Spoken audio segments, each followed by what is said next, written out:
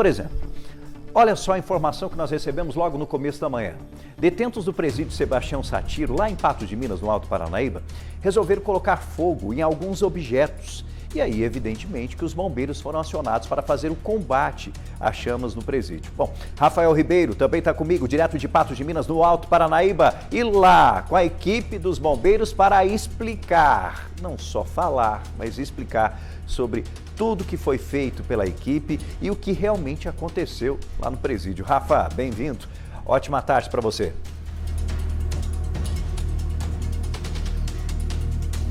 Ótima tarde para você também, Rafael, e a todos que acompanham o Balanço Geral. Pois é, ontem aqui em Patos de Minas, foi à noite que esse fato aconteceu. A gente recebeu as informações de que o presídio de Patos de Minas estava pegando fogo, mas como assim?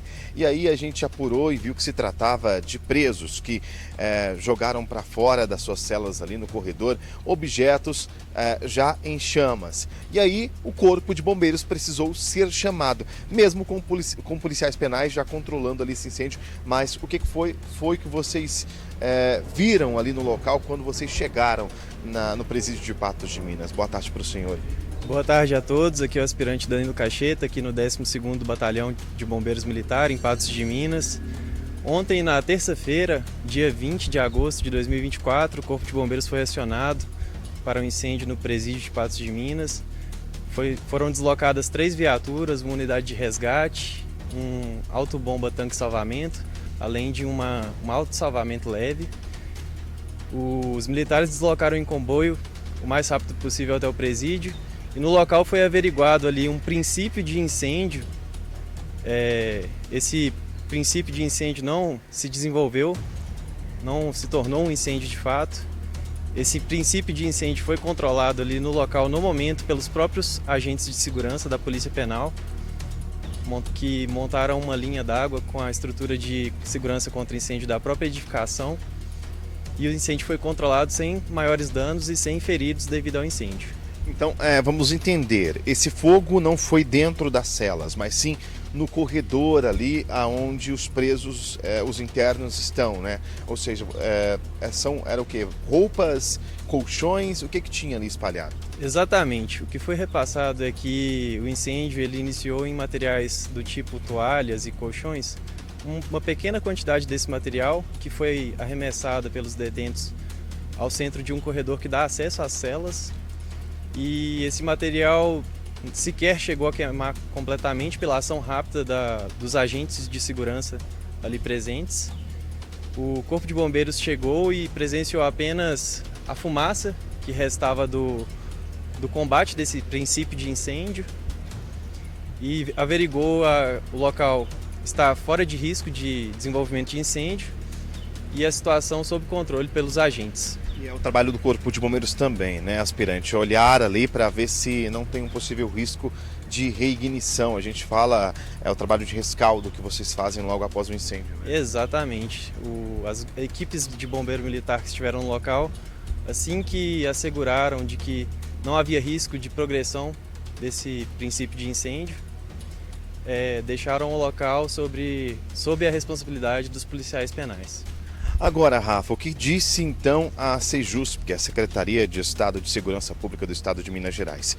Ela disse o seguinte, que o que ocorreu aqui no presídio de Patos de Minas foi uma subversão da ordem, ou seja, uma situação a qual o controle da unidade não é perdido pelos policiais penais e os eventos são então controlados de uma forma rápida e sem ferimentos. O que aconteceu depois desse fogo? O Corpo de Bombeiros foi até o local, verificou a situação, ele já tinha sido controlado pelos policiais penais, mas mesmo assim o trabalho do Corpo de Bombeiros é avaliar a área para ver se não tem risco de mais fogo e depois de liberado, eles então fizeram uma inspeção em cada cela dessa unidade prisional. Por isso que eles contaram então com o apoio de policiais penais da cidade de Patrocínio, ou seja, do presídio de Patrocínio. Esses policiais penais vieram até Patos de Minas, ajudaram no controle, então, desses presos. Na verdade, eles foram retirados da cela um por um, é um procedimento padrão,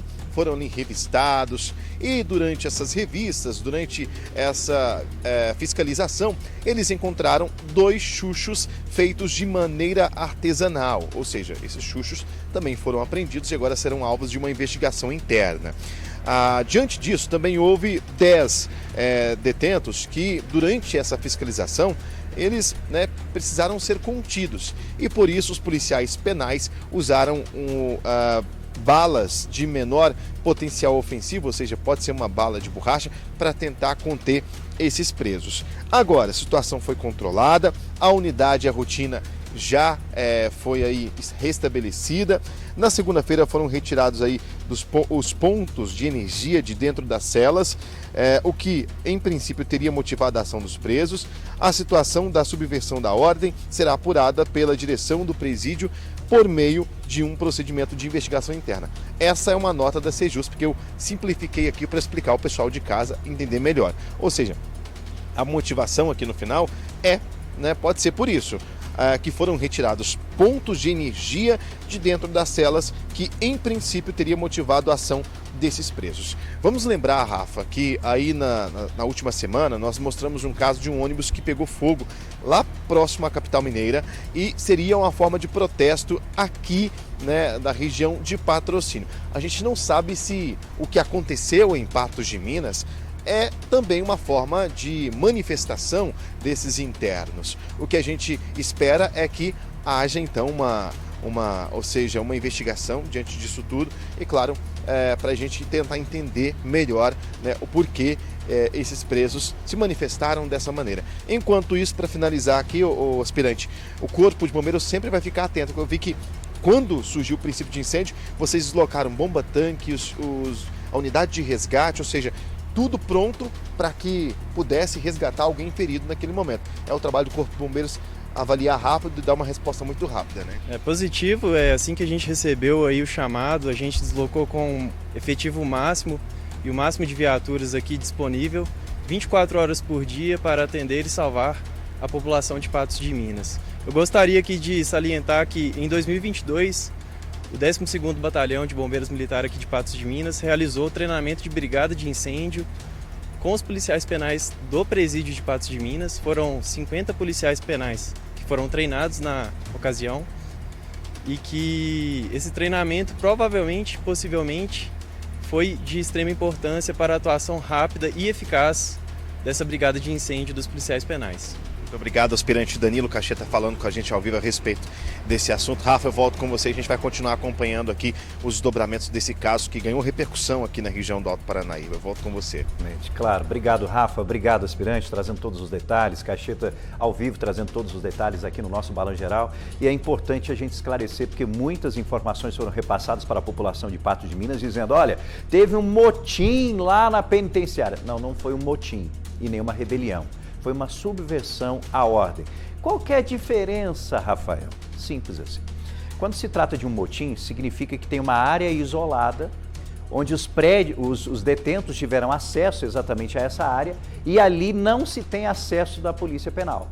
Quando se tem uma rebelião, nós estamos falando de uma penitenciária toda com reféns, inclusive por causa de uma ação criminosa que acontece lá dentro. E quando é uma subversão, como aconteceu nesse caso, é algo isolado que aconteceu dentro de uma cela, dentro de um espaço, mas que os policiais penais tinham acesso, formas de chegar até lá para controlar todo esse incêndio. Espero que tenha ficado claro. E o nosso querido Rafael falou sobre chuchos. Rafael, o que é chuchos? Que foram localizados e serão periciados. São pedaços de ferro que eles utilizam ali as paredes para conseguir fazer deles uma lâmina, uma faca, tipo assim. E evidentemente que agora tem uma investigação que é feita para saber de onde que eles tiraram esses materiais, como que esses materiais chegaram a esses detentos que estavam utilizando eles. Bom, espero que tenha esclarecido, amiga, e claro, qualquer nova informação, a gente conta tudo para você aqui na nossa programação.